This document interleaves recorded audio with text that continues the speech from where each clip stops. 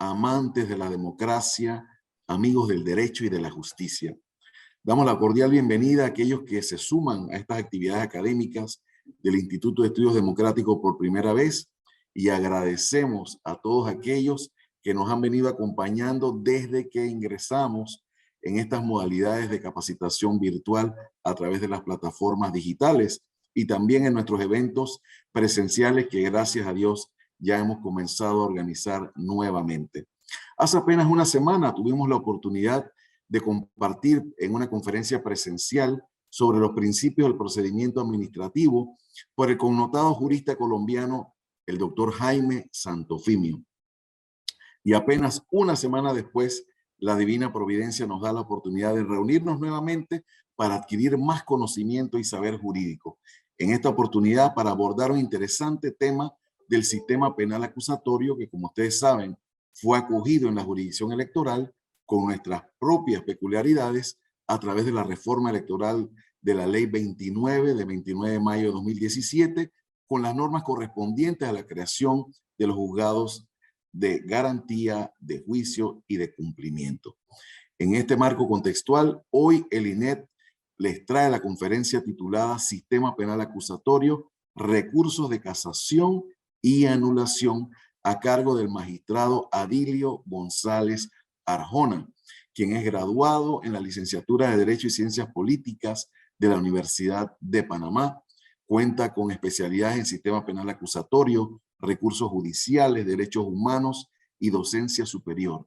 Ha sido profesor en varias universidades por muchos años en la carrera de Derecho y Ciencias Políticas, así como docente en Educación Continua en el Instituto Superior de la Judicatura, Dr. César Augusto Quintero Correa, como capacitador del curso habilitante del Sistema Penal Acusatorio, precisamente en materia de recursos judiciales.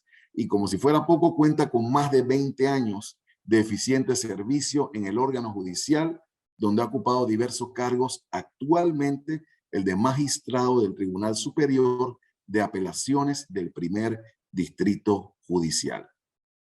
Recuerden, estimados amigos, que como es costumbre, al final de la conferencia habrá un breve espacio para que ustedes puedan hacernos llegar las preguntas para el conferencista, las cuales desde ya, a medida que va desempeñándose el magistrado en su labor de conferencista, pueden enviarnos a través de las plataformas digitales. Respetado magistrado Adilio González, muchas gracias por aceptar nuestra invitación. Los micrófonos del Tribunal Electoral son suyos. Bien, gracias, licenciado Díaz. Muy honrado pues de participarles un poco sobre el recurso de anulación y casación dentro de lo que se conoce hoy en día como el sistema penal acusatorio. Agradeciendo de antemano la oportunidad brindada por el Tribunal Electoral. Saludo a los magistrados del Tribunal Electoral, al licenciado Salvador Sánchez, licenciado Carlos Díaz, que son director y subdirector del Instituto de Estudios Democráticos, así como también pues la licenciada Lidia Rodríguez, quien ha tenido pues, el contacto y diligencias conmigo para esta charla, esta conferencia. Bien, entonces creo que el tiempo apremia, así que vamos a entrar inmediatamente en materia. Si me permite nada más compartir pantalla para ir desarrollando el tema en particular. Bien, el recurso de casación y recurso de anulación. Quizás asocien un poco más el tema del recurso de casación por cuanto que ha sido un recurso que ya viene desde el Código Judicial y que en nuestra república prácticamente fue heredado de nuestra hermana República de Colombia, de acuerdo con escritos del doctor Cuestas, e incluso con la ley 58 de 1904 se le atribuía a la Corte Suprema de Justicia reciente, en nuestra era republicana, el conocimiento del recurso de casación, pero que no fue sino hasta 1937 con la ley 24 que realmente se estableció este recurso de casación en materia penal. Queremos decir con esto de que todo ese lapso de tiempo de la primera era republicana hasta 1937 no se estaba pues utilizando este recurso por cuestiones quizás muy particulares, y no fue sino hasta ese año 1937 que se a través de una ley se establece este recurso en materia penal, y posteriormente judicial, que aún mantiene vigencia para aquellos procesos que están bajo el sistema inquisitivo mixto a través de los juzgados liquidadores, el segundo Tribunal Superior de Justicia, y lógicamente que la Sala Penal de la Corte Suprema de Justicia, que es la competente para ver el recurso de casación. En ese Código Judicial, prácticamente si se suman todas las causales de casación, llámese de forma, llámese de fondo, llámese causales de casación contra autos, prácticamente sumaban 23 causales. Hoy en día vamos a ver más adelante que se ha reducido a solo 3 causales, y quizás pudo haberse reducido a solo 2 causales, como vamos a ver. Y bueno, se incorpora a nuestro sistema procesal penal de corte acusatorio con la ley 63 de 2008. Y ya entra en materia de recurso como acompañando al recurso de anulación, si se quiere, como medios impugnativos ordinarios. Recordemos que existe la distinción doctrinal entre recurso ordinario y extraordinario, cuando la diferencia es que si el recurso tiene causales específicas es extraordinario, si no requiere de la invocación de causales sería ordinario. Para estos menesteres, el recurso de casación sería extraordinario por cuanto que tiene causales específicas que hay que aducir. Sin embargo, en nuestra jurisdicción ordinaria, pues complementa el recurso de anulación como recurso ordinario en contra de las sentencias emitidas en primera instancia. El recurso de anulación, por su parte, entró en nuestro procedimiento penal con la ley 63 de 2008, que crea pues el Código Procesal Penal. A partir de esa fecha es que contamos con este recurso novedoso que desplazó al recurso de apelación como recurso ordinario en contra de las sentencias. Más adelante vamos a ver entonces la diferencia entre ambos recursos, contra qué sentencias se pueden interponer estos recursos, quiénes son los competentes para conocerlos, y las causales que deben ser aducidas en ambos recursos para poder que sea procesalmente viable y poder llegarse a una decisión de fondo por quien le compete resolver el mismo. Bien, entonces, en cuanto al objeto, o sea, es decir, cuál es el propósito, para qué se establece o se interpone un recurso de anulación o un recurso de casación. El artículo 172 del Código Procesal Penal señala que el recurso de anulación tiene por objeto anular el juicio o la sentencia, cuando en el proceso o en el pronunciamiento de la sentencia concurran algunas de las causales descritas en el artículo siguiente. Pero en términos generales, este recurso de anulación tiene la virtud de, dependiendo de la causal aducida, puede, y de prosperar esa causal, puede llegar pues a una decisión en el que se anule tanto el juicio como la sentencia, y se ordena la realización de un nuevo juicio con un tribunal distinto al que dictó la primera decisión, que fue anulada. Si se trata de una causal específica, como lo es el error en la aplicación del derecho, entonces la decisión que adopta, en este caso el Tribunal Superior de Apelaciones, no sería anular el juicio, sino solamente dictar la sentencia en reemplazo cuando considere pues que la causal ha sido pues debidamente acreditada. ¿Qué pasa con el recurso de, perdón, aquí hay un error al inicio, es el recurso de casación?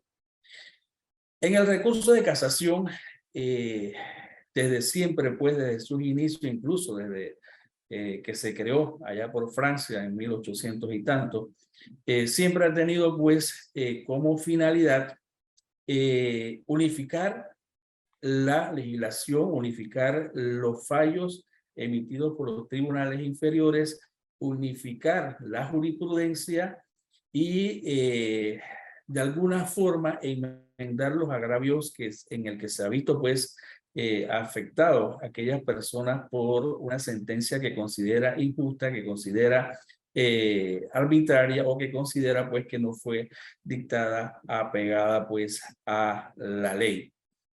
Hoy en día, el recurso de casación, en base a las causales establecidas para el mismo, implica más que todo la posibilidad de anular una sentencia o retrotraer el procedimiento hasta un momento en el que un derecho fundamental, una garantía, un interés de las partes que se ha visto agraviada en ese curso del proceso o con la dictación de la sentencia, que la sala penal pueda dictar una decisión en ese sentido. También da lugar a través de este recurso de casación establecer pues hacer pronunciamientos exactos en cuanto a la observancia de la ley. ¿Qué quiere decir este objeto? Que puede suceder que los tribunales de justicia, cada quien de manera independiente e imparcial, adopte decisiones, pero interpretando una norma de distintas maneras, estos tribunales, o aplicándolas a casos similares, pero con normas sustantivas distintas. Entonces, a través del recurso de casación, lo que se busca es que los tribunales primarios tengan pues la oportunidad de determinar a través de esos fallos de la sala penal cuál es la aplicación correcta de una norma o cómo debe interpretarse una determinada norma para los efectos de que en fallos posteriores se pueda entonces intentar una unificación de decisiones entre todos los tribunales. Y eso nos lleva entonces al tercer objetivo, que es unificar la jurisprudencia, es decir, que la jurisprudencia implica pues que todos los tribunales en casos similares, en materias específicas, mantengan una misma decisión y no sea que cada tribunal adopte una decisión distinta y eso puede crear algún tipo de inseguridad jurídica, incluso pues en las partes de verse afectados en unos fallos y de repente se han favorecido en otros fallos. Entonces eso es lo que no se quiere y a través de recursos de casación se procura entonces evitar todas estas situaciones. ¿Contra qué sentencia proceden estos recursos? El recurso de anulación procede, en primer lugar, contra las sentencias emitidas por los tribunales de garantías, contra las sentencias emitidas por los tribunales municipales y las emitidas por los tribunales de juicio. En cuanto a este último, es importante poner en contexto de que deben tratarse de aquellas sentencias emitidas por los tribunales de juicio cuando prácticamente fallan en derecho. Porque si es el resultado, es decir, de una declaratoria de culpabilidad por parte de un tribunal de jurado y se tiene que emitir una sentencia para establecer la condena, entonces esa sentencia en específica no es susceptible de recurso de anulación, sino de recurso de apelación. Esa es la única distinción más relevante que pudiera pues establecerle en cuanto a las sentencias que serían susceptibles de recurso de anulación. Con respecto al recurso de casación, este recurso hoy en día solamente procede contra las sentencias dictadas por los tribunales de juicio. No puede plantearse un recurso de casación contra una sentencia, vamos a suponer, de un acuerdo de pena emitida por un tribunal de garantía o a través de un procedimiento abreviado, o pretender utilizar el recurso de casación para impugnar una sentencia emitida por un juez municipal. Eso no es procedente, ya existen innumerables decisiones de la propia sala penal que ha cerrado el círculo de procedencia del recurso de casación a solo las sentencias emitidas por los tribunales de juicio y en aquellas en el que se haya pues llevado a cabo un juicio oral en donde se haya debatido todo el desahogo probatorio y se haya emitido una sentencia en virtud de un análisis de la prueba. Entonces, para tener claro el contexto, recurso de casación, solo sentencia de tribunales de juicio y recurso de anulación puede ser impugnarse aquella sentencia de tribunales de garantía, tribunales de juicio o tribunales municipales. Si ven esta diapositiva, entonces quizás puedan entender un poco mejor esa sentencia que serían objeto pues en materia de recursiva. Ahí vemos que las sentencias emitidas por los tribunales de garantía solamente es susceptible de recurso de anulación. Las emitidas por los tribunales de juicio pudiesen impugnarse a través de casación, dependiendo de la causa, lógicamente, o anulación también pues haciéndose depender de la causa que usted considere es la que más es acorde con su pretensión ante el tribunal respectivo. Y la del tribunal municipal, la sentencia solamente sería susceptible de anulación o recursos de apelación, pero que no es el objeto pues de esta charla y por el poco tiempo que tenemos para conversarles pues sobre todos los recursos hemos procurado no hacer mención pues a aquellos aspectos que encierra el recurso de apelación. Bien, ¿quiénes conocen el recurso de casación y el recurso de anulación? El recurso de casación siempre ha sido de competencia exclusiva de la Sala Penal de la Corte Suprema de Justicia. El trámite implicaría pues que se tiene que presentar el recurso por escrito ante el tribunal que dictó la decisión, es decir, el tribunal de juicio que dictó la decisión. En ese tribunal se le da el traslado a las demás partes y luego se sube a la sala penal para que entre en el análisis primario de lo que es la admisión o no del recurso, y de pasar ese trámite de la admisión, entonces le correspondería resolver el fondo de la causa. En el caso de el recurso de anulación, es materia exclusiva del Tribunal Superior de Apelaciones y la decisión que adopte el Tribunal Superior de Apelaciones no es objeto de recurso.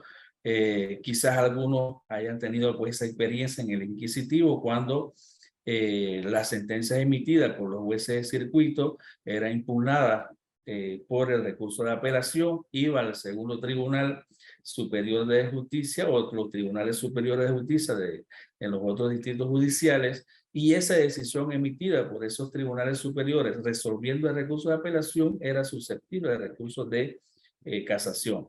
En el caso del Tribunal Superior de Apelaciones, las decisiones que adopte son irrecurribles.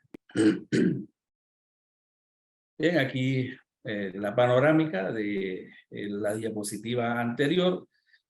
Solamente Sala Penal estaría pues conociendo la sentencia emitida por los tribunales de juicio, y el resto de los tribunales sería pues objeto de recursos de anulación ante el Tribunal Superior de Apelaciones.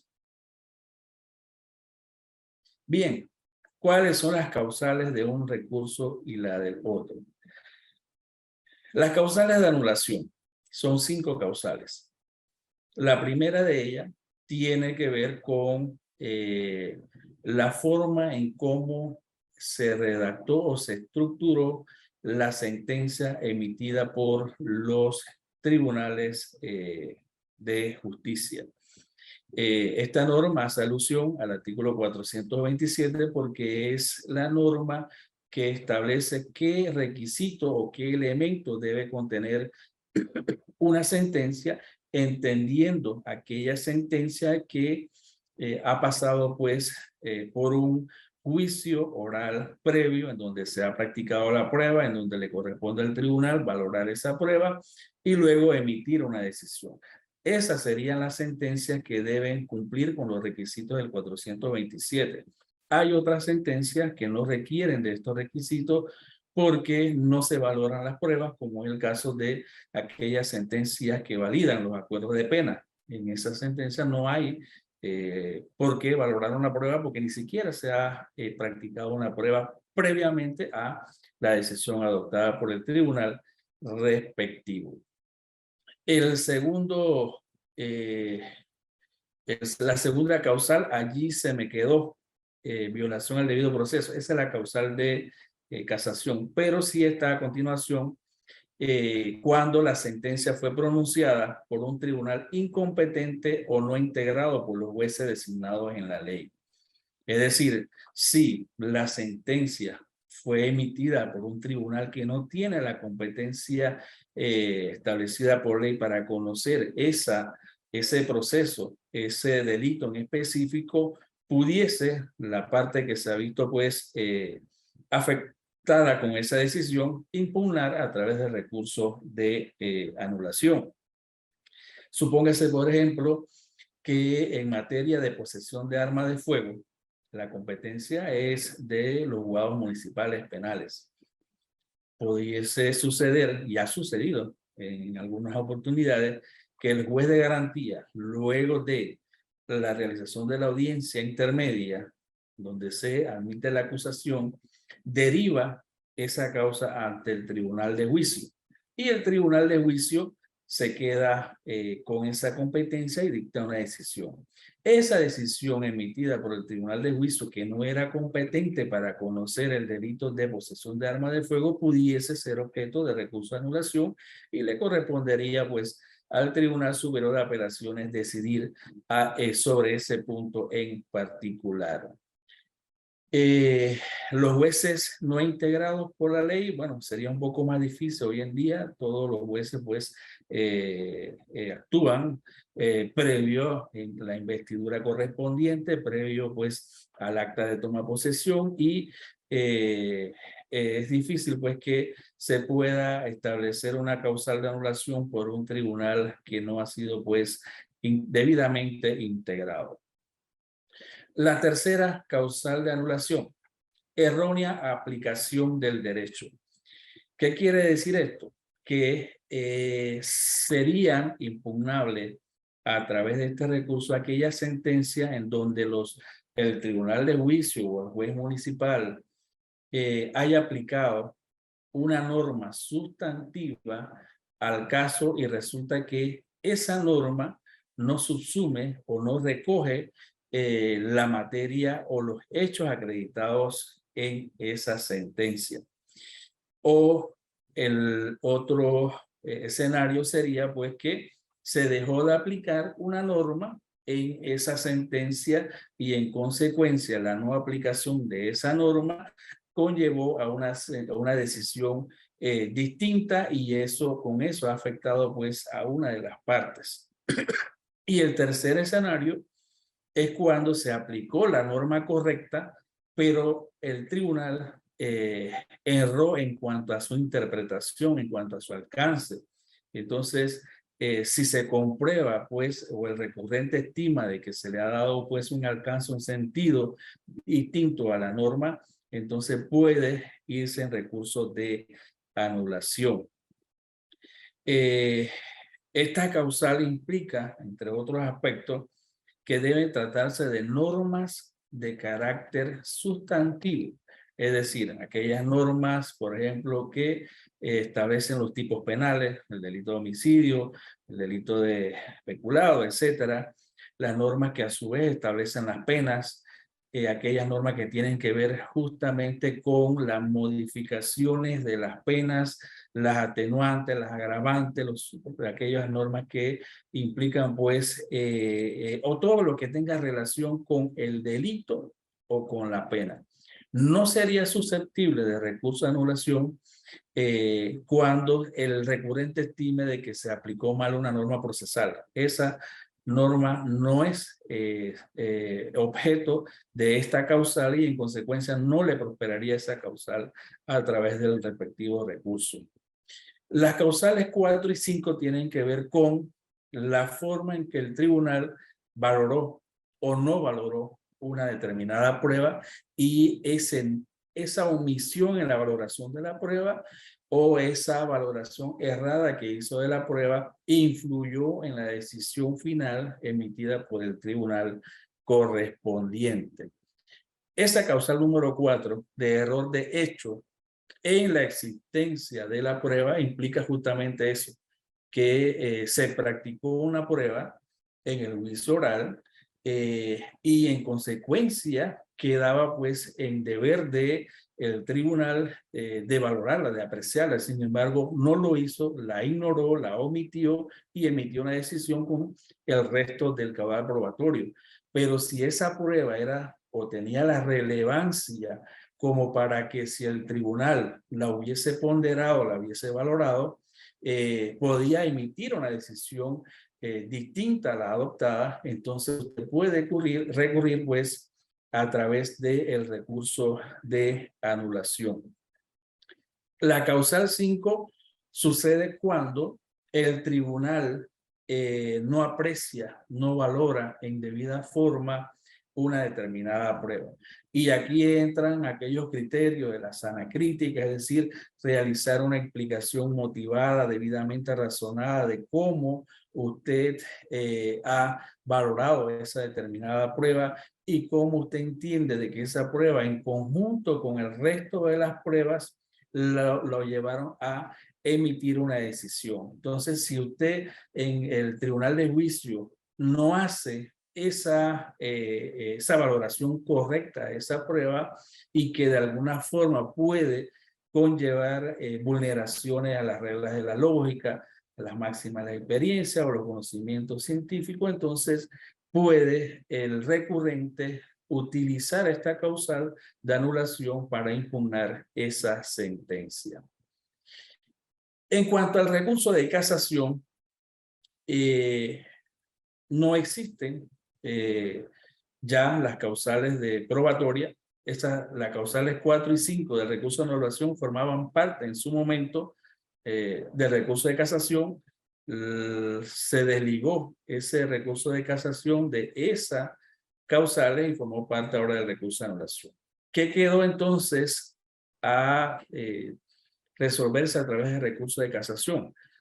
Aquellas decisiones o sentencias más que todo, o cuando en el procedimiento hasta llegar a la sentencia se ha vulnerado algún derecho, algún interés, alguna garantía fundamental de alguna de las partes.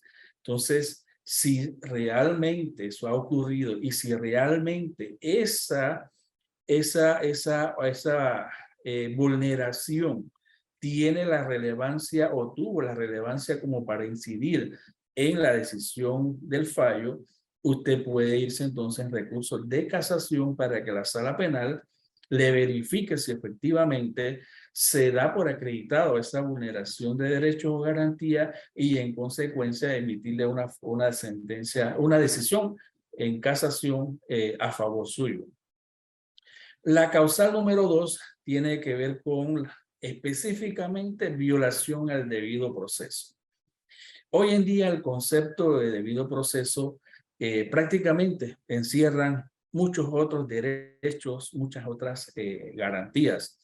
De manera pues que lo que se ha dicho por ahí en foros y demás es que quizás pudo haberse subsumido en la causal primera y se pudiese pues evitar algún tipo de confusión en el recurrente de bueno, en cuál causal aplico, la primera o la segunda, ¿no? Pero lo importante es que el legislador consideró dejar como causal específica vulneración al debido proceso. ¿Y qué encierra el debido proceso? Bueno, si se comprueba una vulneración al derecho de defensa, si se comprueba, por ejemplo, pues que existió una vulneración en cuanto al trámite procesal y que ese trámite procesal implicaba pues darle la oportunidad a una de las partes para ejercer su derecho, por ejemplo, en el juicio oral, que no se le dé la oportunidad a la defensa de controvertir las pruebas de la fiscalía, es decir, encierra tantos puntos el debido proceso que hoy en día pues prácticamente abarca muchos temas de derechos y garantías fundamentales.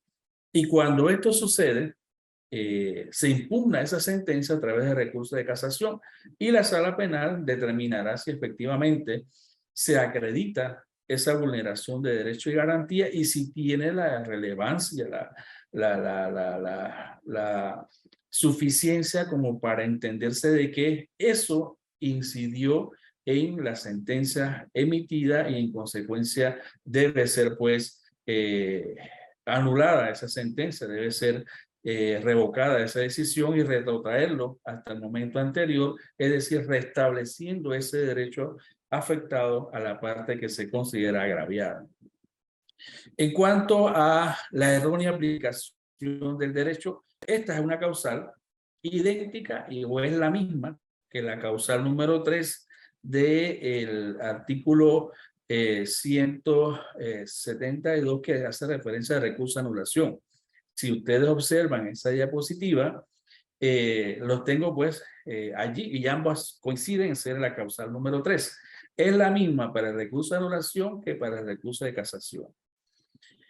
De manera pues que lo que se dice es que el recurrente tiene la opción, la oportunidad de analizar cuál de los recursos pudiese ensayar y dependiendo quizás un criterio a ponderarse por el recurrente son aquellos fallos emitidos por anulación o aquellos fallos pues emitidos en casación y si existe alguna línea jurisprudencial o de fallos de sala penal o del Tribunal Superior de Apelaciones, puede entonces hacer ese ejercicio de ponderación a fin de procurar una decisión en favor de la persona que se ha visto pues vulnerada en esos derechos.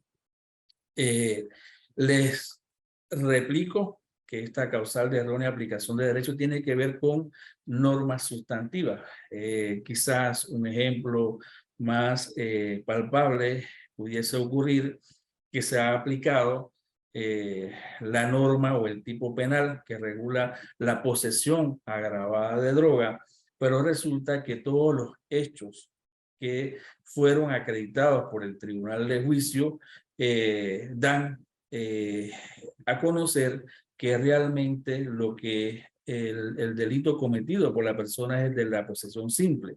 Es decir, que no se comprobó más allá de una posesión simple aquella intención de venta o demás. Entonces, quizás el tribunal de juicio aplicó el artículo que tiene que ver con la posesión agravada de droga.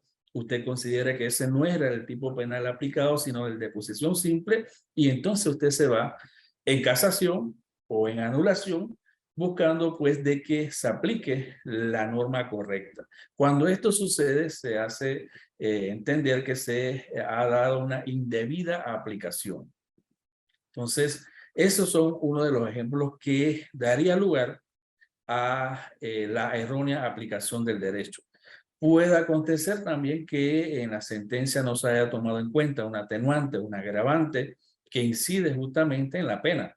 Entonces, cuando eso sucede, también puede ser susceptible de recursos de anulación o de casación bajo esta causal de errónea aplicación del derecho. Bien, entonces, en términos generales, esto es lo que hoy en día contamos con los recursos de anulación, recursos de casación. Pues bien, entonces, si ya usted establece la posibilidad de impugnar una decisión a través de uno o el otro recurso ¿Qué hay que hacer? Bueno, vamos a verlo. Ambos recursos, tanto el de casación como el de anulación, tienen dos fases. Una fase escrita y una fase oral o argumentativa. En la fase escrita, ¿qué sucede? Bueno, de acuerdo con el artículo 175 del Código Procesal Penal, el recurso de anulación, es decir, el escrito que contiene el recurso de anulación debe ser presentado dentro de los 10 días siguientes a la lectura de la sentencia. Y esto ha sido ya objeto incluso de amparo, y así lo ha decidido pues, el Pleno de la Corte Suprema de Justicia, que la norma es taxativa. Debe de presentarse el escrito de anulación dentro de los 10 días a partir de la lectura de la sentencia. ¿Por qué? ¿Y por qué insisto en esto? Porque una cosa es el anuncio y otra cosa es la presentación. El anuncio, usted puede anunciar el recurso de anulación en el mismo acto en el que el tribunal lee la sentencia, da lectura a la sentencia en esa audiencia. Acabada la lectura, te alza la mano, anuncio recurso de anulación. Pero si no lo hace en ese momento, usted tiene 2 días, hasta 2 días después para anunciarlo. Entonces, ¿qué sucede? Pueda que usted no lo anunció en ese acto de audiencia, sino dentro de los 2 días siguientes. Antes se establecía que siempre el recurso en los términos contaba a partir de el anuncio, pero en este caso el recurso específico de anulación corre los 10 días a partir de la lectura de la sentencia. Es decir, que si usted anuncia el recurso dentro de los 2 días siguientes, ya solamente le quedan 8 para poder presentar el escrito. En cuanto al recurso de casación, tiene que presentarse también por escrito, pero dentro de un término un poco mayor, es decir, dentro de 15 días contados a partir, en este caso sí, del anuncio. Es decir, que si usted lo anunció hoy y hoy, o sea, se hizo la lectura en una audiencia, se hizo la lectura de la sentencia y usted lo anunció al cabo de la sentencia, usted tiene a partir de mañana 15 días. Pero si usted no lo anunció hoy, sino que lo anuncia mañana, entonces esos 15 días corren a partir del día siguiente. Es decir, de pasado mañana corren los 15 días para que usted pueda presentar el escrito contentivo de recurso de anulación. Ese escrito de recurso debe contener algunos mínimos elementos. En el caso del recurso de anulación, debe expresarse la causal aducida, lógicamente. Debe, a continuación de la causal que usted aduce, debe establecer los motivos o los fundamentos. Es decir, primero, considero que se ha valorado incorrectamente el testimonio de fulano de tal y explica el por qué. Segundo, considero que el tribunal de juicio ha valorado sesgadamente la prueba tal y lo explica. Entonces, esos son los motivos que van a sustentar esa causal. En este caso del ejemplo sería una causal probatoria. Adicionalmente o posterior al fundamento o a los motivos, se tiene que establecer cuáles son las normas que usted considera se han visto vulneradas o infringidas por la sentencia que usted está recurriendo. Y al final usted tiene que indicar al tribunal cuál es la solución que usted pretende. Pero esa solución se hace depender de cuál causal usted ha invocado. Hace un momento vimos que habían 5 causales. Si usted invoca la 1, la 2, la 4 y la 5, la consecuencia de que el tribunal acoja el recurso es que se tiene que realizar un nuevo juicio. Es decir, se anula el juicio, se anula la sentencia, se tiene que realizar un nuevo juicio y lógicamente dictarse una nueva sentencia. Pero si se invoca la causal número 3, errónea aplicación del derecho, entonces El Tribunal Superior de Apelaciones lo que hace es simplemente dictar una sentencia en reemplazo, o sea, no anula juicio, no anula sentencia, no anula la sentencia como tal, sino que dicta una sentencia en reemplazo, subsanando pues el error en la aplicación del derecho. En cuanto al recurso de casación, la norma dice que se tiene que presentar los motivos del recurso, pero se desprende de la lógica que por lo menos se tiene que establecer la causal. ¿Cuál de las causales? Si es la del numeral 1, violación de derechos, intereses, garantías, etcétera. Si es la causal número 2, que tiene que ver con la violación del debido proceso, o si es la causal número 3, que se corresponde con la violación o la errónea aplicación del derecho. Luego, usted pondría los motivos, es decir, explicar detalladamente por qué usted considera que esa sentencia conlleva pues a una errónea aplicación del derecho, por ejemplo, y después de que usted hace esas explicaciones a través de esos motivos, primero, segundo, tercero, cuarto, usted hace entonces hincapié a esas normas que usted estima se han visto pues vulneradas a través de la sentencia emitida, cuáles son esos derechos o garantías que se han visto afectados a fin de que el Tribunal de Casación pueda ponderar esos aspectos en específico y tomar una decisión al final pues como decisión de fondo. ¿Qué sucede? Una vez que se presenta de manera escrita el recurso de casación o el recurso de anulación, se corre en traslado al resto de las partes, implica entonces ya que recogida toda esa información, tiene que pasarse al tribunal que le compete decidir ese recurso. Pero ¿qué sucede con el recurso de anulación? Que no hay una fase de admisión. Sino que lo que hay que hacer es una audiencia, la audiencia de argumentación oral, y luego en la decisión que adopta el tribunal va a establecer la falencia del recurso, o si al final de cuentas establece que sí, el recurso fue debidamente sustentado, los motivos debidamente explicados, y entonces entra a resolver el fondo de la causa. Sin embargo, el recurso de casación sí tiene una fase de admisión.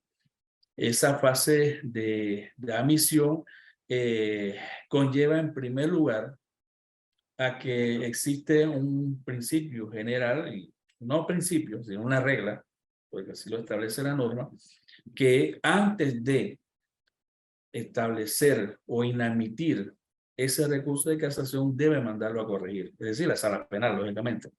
Debería la sala penal mandarlo a corregir.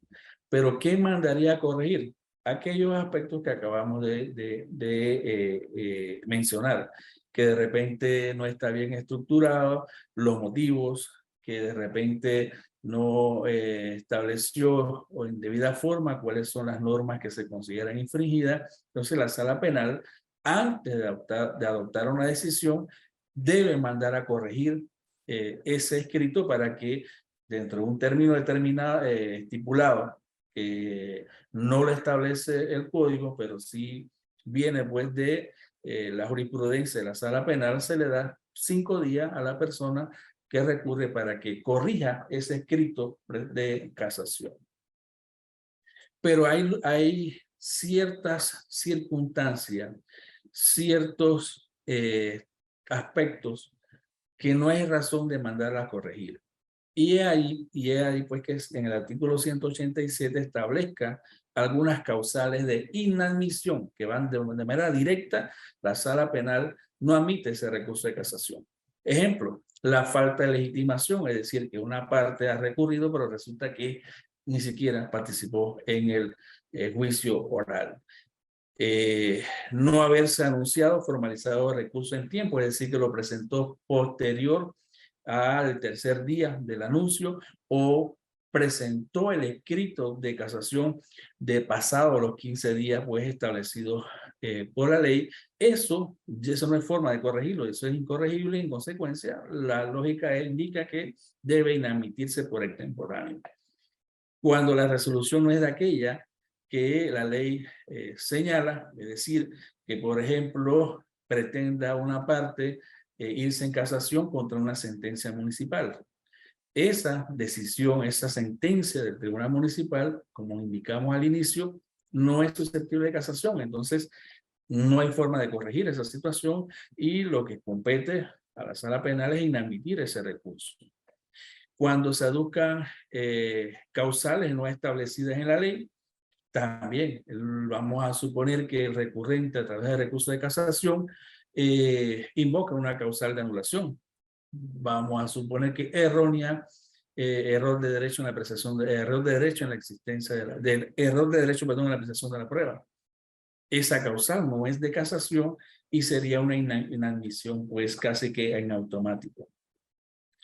Cuando sea manifiestamente infundado, ¿qué implica eso? Bueno, que la sala penal vea de que no hay forma de mandar a corregir ese recurso de casación, es ininteligible, no hay razones de darle continuidad, darle trámite a ese recurso de casación. Entonces la sala penal se ampara en esta causal específica de cuando sea manifiestamente infundada para no admitir el recurso de casación. Y la sexta es cuando se ha ordenado la corrección de ese escrito de casación y la parte sencillamente no lo corrige, lo presenta igualito o lo corrige pero no cumpliendo con el mandato de la sala penal, es decir, del magistrado sustanciador de la sala penal. Entonces eso da lugar a que se inadmita el recurso de casación. Ninguno de estos elementos forman parte, pues, de el análisis que pudiese desarrollarse a través de recurso de anulación, porque no hay una fase de admisión y en todo caso, si se le dio el trámite respectivo, se hizo la audiencia, entonces se pudiese resaltar alguno de esos elementos, pero ya con la decisión, con la sentencia que resuelve el recurso de anulación. Bien, la fase oral o argumentativa.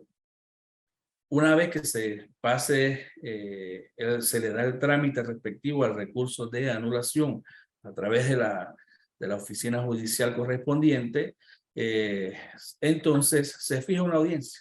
En esa audiencia, ¿qué va a pasar? Bueno, ante el Tribunal Superior de Apelaciones van a concurrir tanto la persona que recurrió como la contraparte para que en oralidad, de manera argumentada ante el Tribunal Superior de Apelaciones, sustente lo que ya presentó por escrito. El recurrente, sobre todo, no puede argumentar motivos que no fueron presentados o no están establecidos en el recurso de anulación de manera escrita. Esa es una limitante establecida por la ley. El criterio que se ha mantenido, pues, a nivel de Tribunal Superior de Apelaciones, como la norma señala que esa audiencia se realiza con las partes que concurren a la misma, si de repente alguna de las partes no acude, igual se le da continuidad a la audiencia. Si el recurrente no acude, igual se le da continuidad al trámite respectivo, porque ya existe previamente un escrito que contiene recursos de anulación y no hay una norma que establezca que se deba, pues, dictar por ejemplo, declaratoria de desierto. No hay una norma que lo diga, así que, y como la norma dice que se presenta, que se sustenta en realidad con las partes que recurren, entonces así se ha venido realizando, pues, este tipo de audiencia. Nos ha ocurrido que solamente llega el fiscal y el fiscal quiere sostener su oposición al recurso, entonces se le da, pues, esa continuidad, ese acto de audiencia.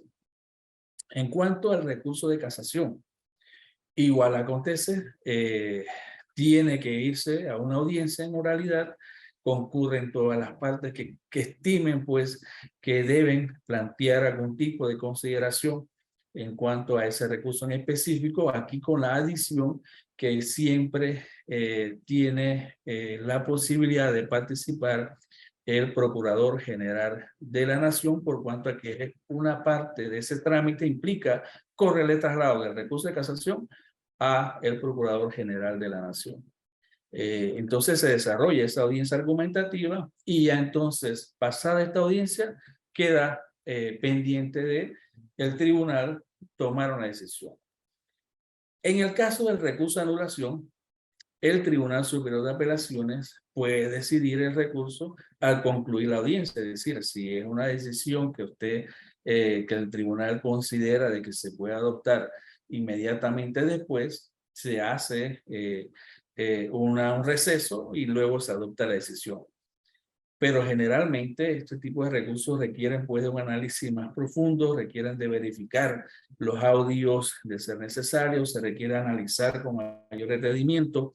Lo mismo entonces suele, o en la mayoría de los casos, pues que el Tribunal Superior de Apelaciones se acoge a los 3 días establecidos en la ley para dictar la sentencia que resuelve el recurso de anulación, y entonces se fija una audiencia para ese tercer día solo con el propósito de leer esa decisión que ha adoptado el Tribunal Superior de Apelaciones con respecto a recursos de anulación. Con el recurso de casación, el término que tiene la sala penal es de 30 días. Entonces, tienen mucho más margen de tiempo para analizar los puntos planteados en el recurso y tomar la decisión correspondiente. Sé que el término o el tiempo con el que contaba era muy corto. Solamente quiero resaltar un artículo que es muy característico dentro de esta materia recursiva. El artículo 173 establece la posibilidad que el recurrente presente un recurso de anulación, es decir, un escrito que contiene el recurso de anulación. Pero dentro de ese escrito establece una causal de casación. Puede ser la primera, violación de derecho, interés y garantía.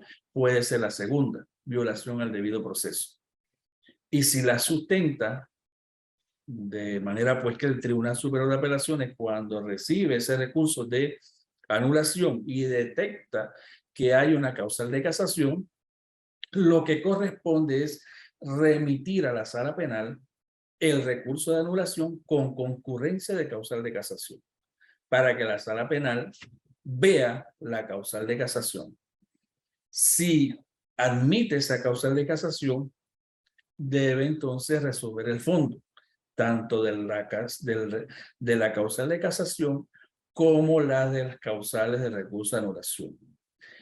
Si por el contrario la sala penal no admite la causal de casación, entonces devuelve el recurso de anulación ante el Tribunal Superior de Apelaciones para que resuelva todas las causales de anulación que se han pues presentado en ese escrito. No la causal de casación, porque ya eso fue objeto de análisis por la sala penal.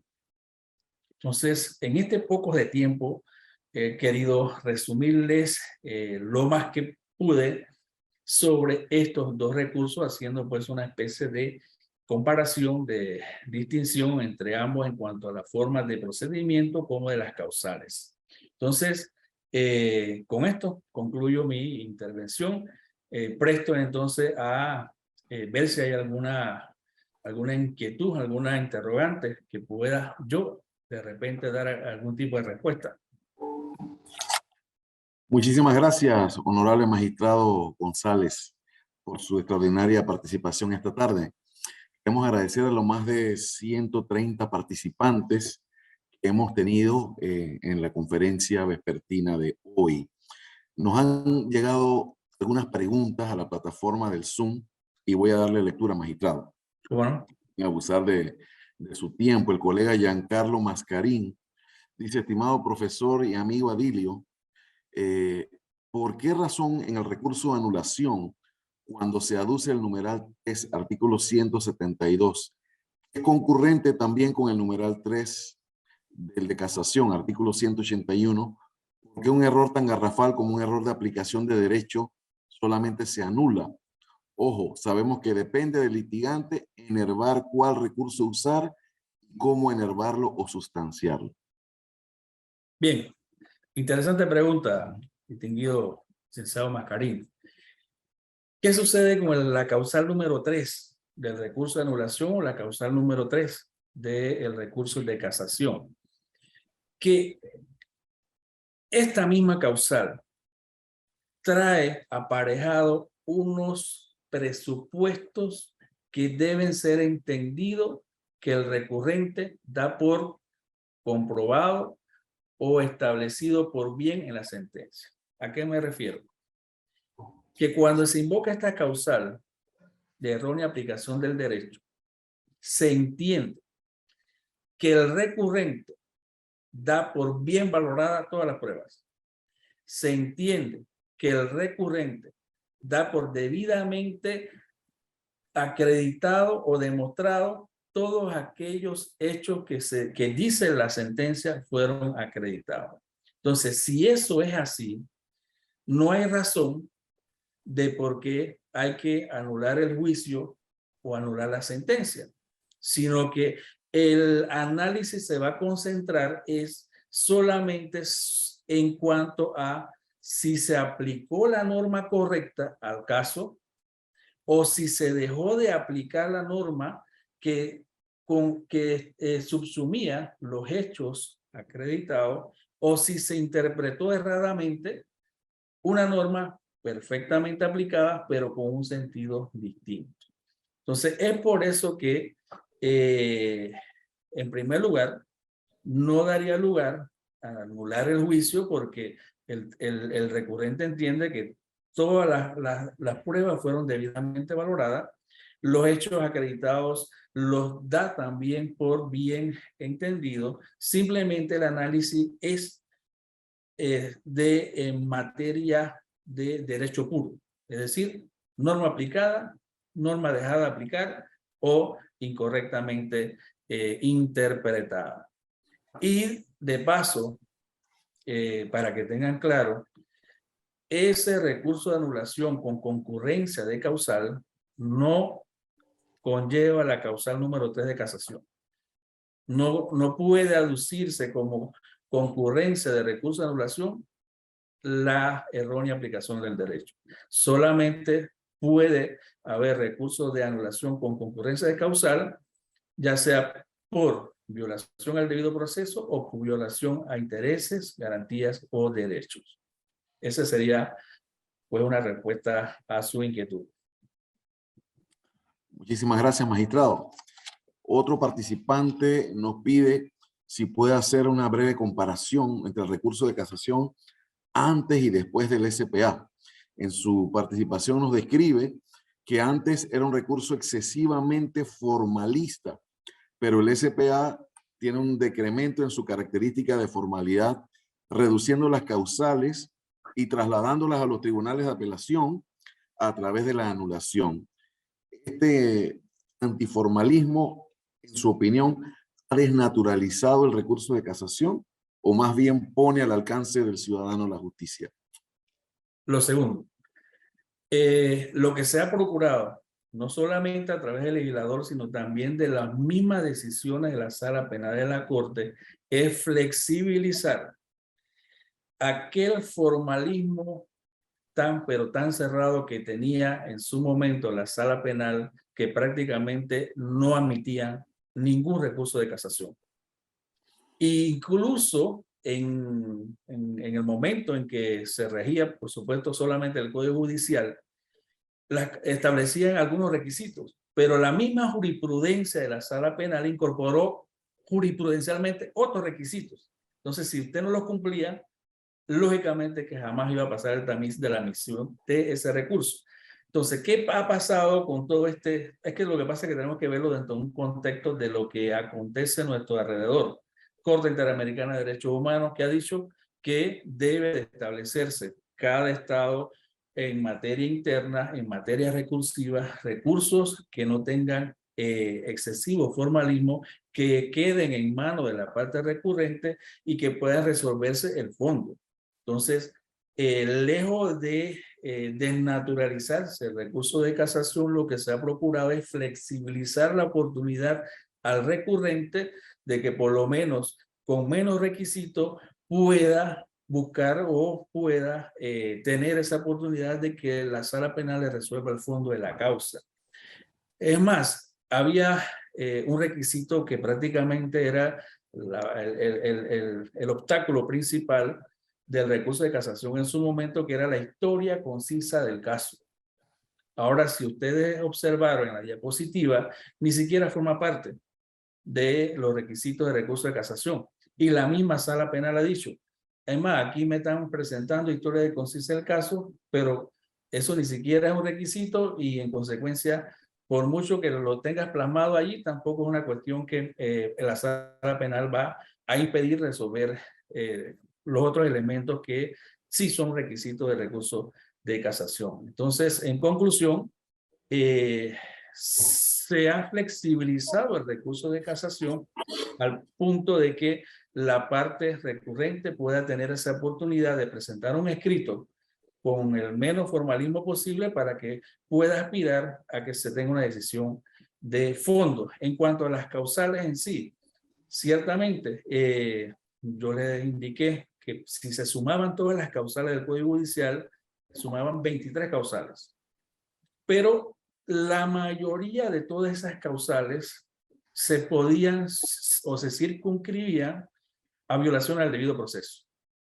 Entonces, ahora lo que ha procurado el legislador es que bajo la causal de debido proceso, usted puede impugnar una sentencia argumentando pues cualquier violación en el trámite que le ha afectado su derecho de defensa o cualquier situación que ha ocurrido en el juicio oral que le ha impedido a usted la oportunidad de ejercer su derecho o que de repente en la misma sentencia conlleve una vulneración a uno de sus derechos e intereses fundamentales. Entonces, en definitiva, lo que se ha buscado es que estos recursos de alguna forma se corresponda con los estándares internacionales exigidos por la Corte Interamericana de Derechos Humanos a través de ya mucho más de 4 fallos que han exigido pues que los recursos sean lo más sencillo posible.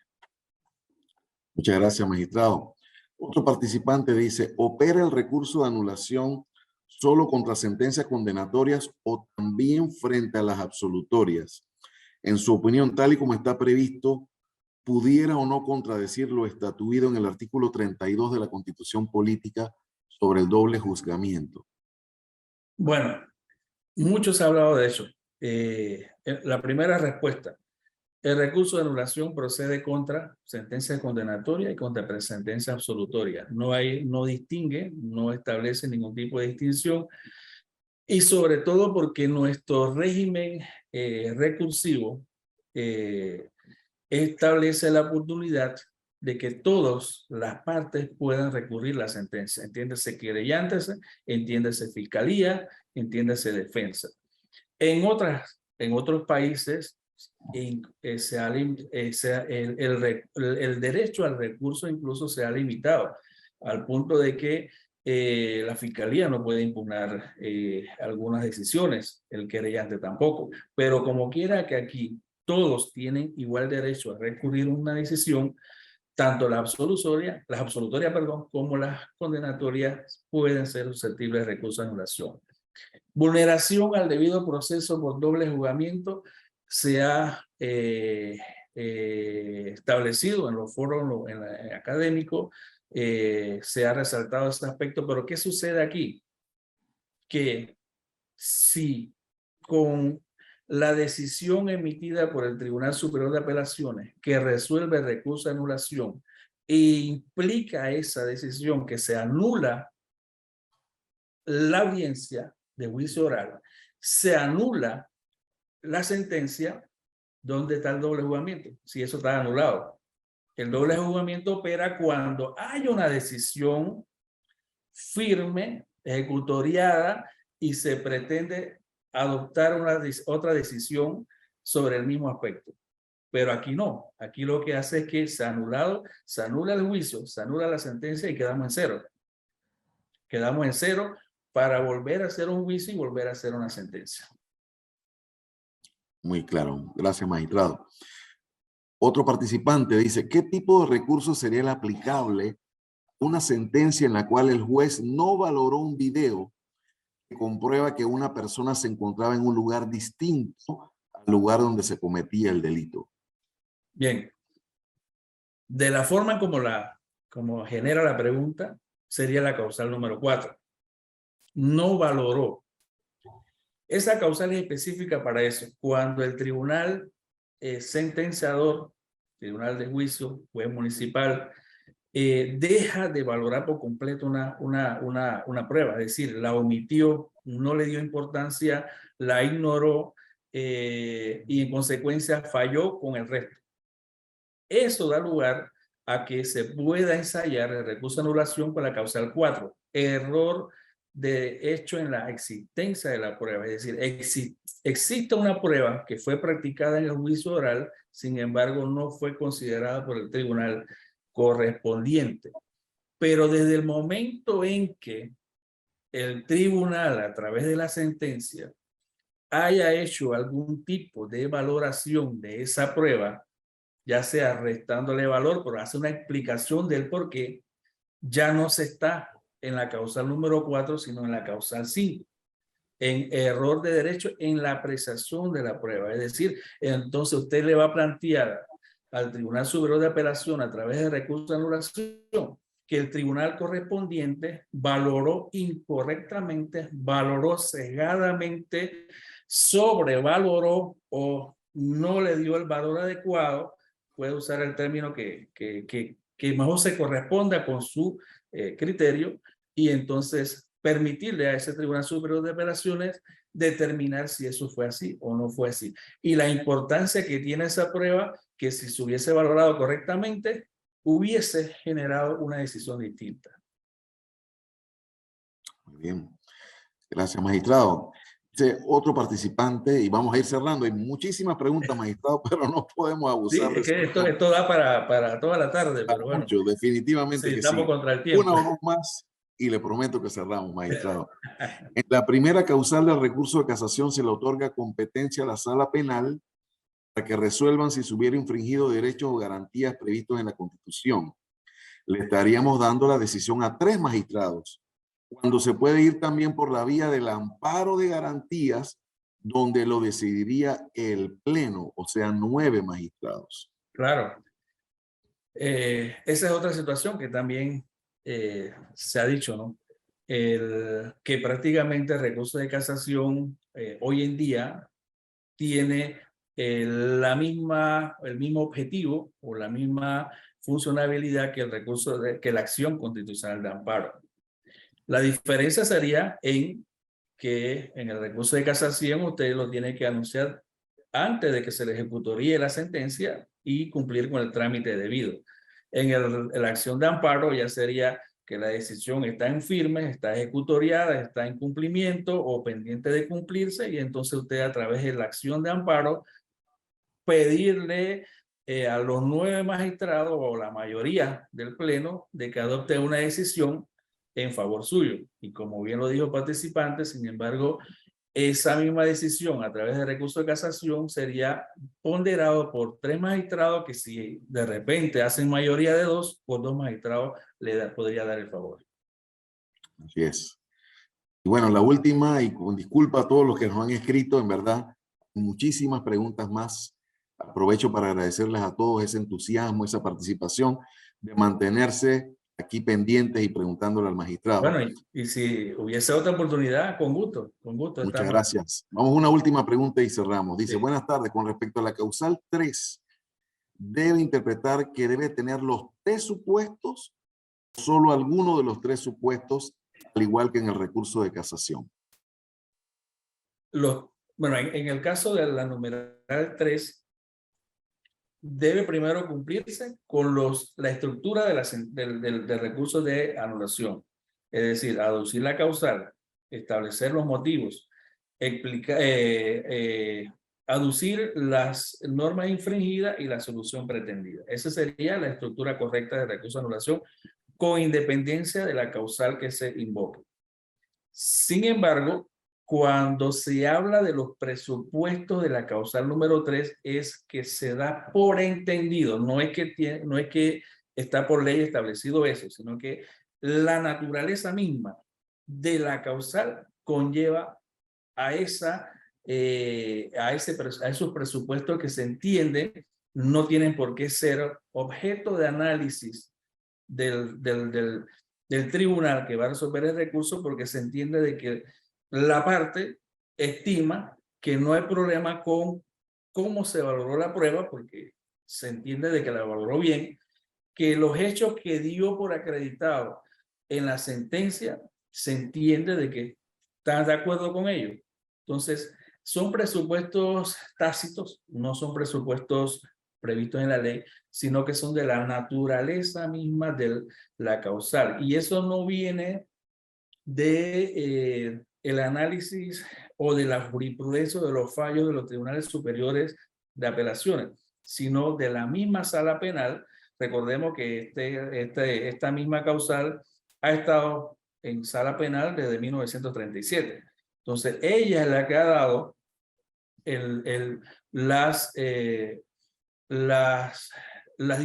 los parámetros de cómo debe entenderse que se entiende esta causal tercera de errónea aplicación del derecho. Muchísimas gracias, magistrado González Arjona, por su extraordinaria participación esta tarde. Queremos también agradecerles a los casi 150 participantes que han estado con nosotros. Le pedimos disculpas, empezamos unos 10, 15 minutos tarde por unos problemas técnicos, pero gracias por mantenerse toda la tarde con nosotros. Queremos darle la oportunidad, magistrado, antes de cerrar, para que usted pueda despedirse de los participantes en esta tarde o hacer una reflexión final. Sí, definitivamente estos dos recursos ha sido pues lo que desde 2008 hace acá objeto de diferentes conferencias, foros, diplomados y demás, y resulta pues de importancia de que los participantes conozcan, tengan o puedan manejar estos recursos, porque la experiencia ya implica pues o tenerlos ya como un aspecto pre-experiencia, si son estudiantes, si son ya abogados, si son profesionales, litigantes, entonces tener los insumos mínimos para no cometer pues algún tipo de error al momento de ensayar estos recursos. Agradecer en primer lugar a todos los participantes que se han pues unido a esta conferencia. De verdad, muy complacido. La concurrencia ha sido pues superior a 100, me satisface por ese aspecto, y sobre todo también agradecer nuevamente por segunda oportunidad que me han brindado el Tribunal Electoral a través del licenciado Díaz y los demás que están pues, como quien dice, tras bastidores pues en este tipo de foros virtuales. Así que agradecido al licenciado Díaz, al licenciado Sánchez, a la licenciada Lilia, a los magistrados del Tribunal Electoral, por supuesto, por darme esa oportunidad de conversarles algo, porque si nos vamos al fondo de cada recurso, estamos para varios días aquí. Claro que sí. Una gran cantidad de participantes están enviando en este momento a través del chat elogios y felicitaciones por su excelente participación, magistrado. Reiteramos pues nuestra gratitud al magistrado y a todas y a todos los que nos han acompañado en esta tarde. Estén pendientes porque prácticamente todas las semanas tenemos una actividad académica diferente de alguno de los ciclos sobre democracia y elecciones o del ciclo jurídico como el de hoy. Así que estén muy pendientes porque muy pronto les llegará una nueva invitación. Recuerden que Panamá nos necesita a todos. Sigamos trabajando y fortaleciendo juntos nuestra democracia. Dios les bendiga. Buenas tardes. Excelente. Pasen buenas tardes a todos.